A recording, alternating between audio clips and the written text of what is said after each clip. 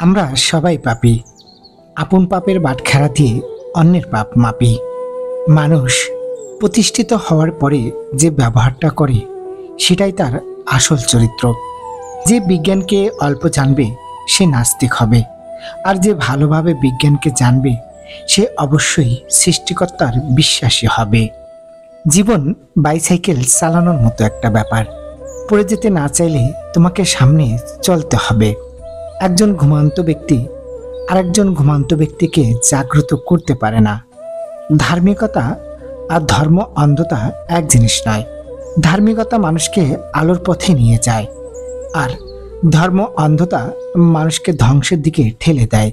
এদেশের মানুষকে আমি ধার্মিক বলবো না, কারণ এদেশের বেশিরভাগ মানুষই ধর্ম অন্ধ। যদি উড়তে না পারো তবে দৌড়াও, যদি দৌড়াতে না পারো তবে হাঁটো, হাঁটতে না পারলে হামাগুড়ি দাও। যে অবস্থাতেই থাকো সামনে চলা বন্ধ করবে না।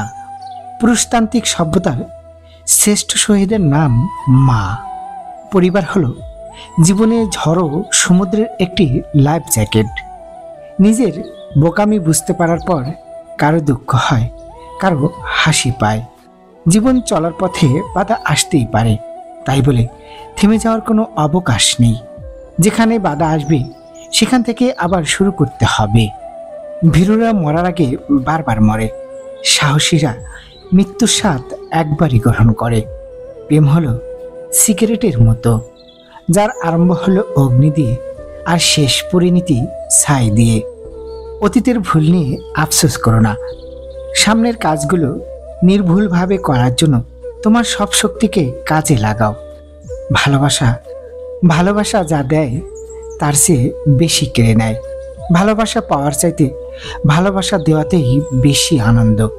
একজন মানুষের বন্ধুত্ব তার সম্পত্তি পরিমাপের অন্যতম মাপকাঠি। প্রাপ্তি আর প্রত্যাশার পার্থক্য হলো দুঃখ। তাই নিজের প্রত্যাশা একটু কমিয়ে ফেলুন, দেখবেন আপনার দুঃখ কমে গেছে।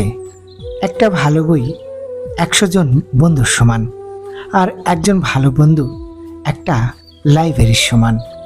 দুর্ভাগ্যবান তারাই যাদের প্রকৃত বন্ধু নেই।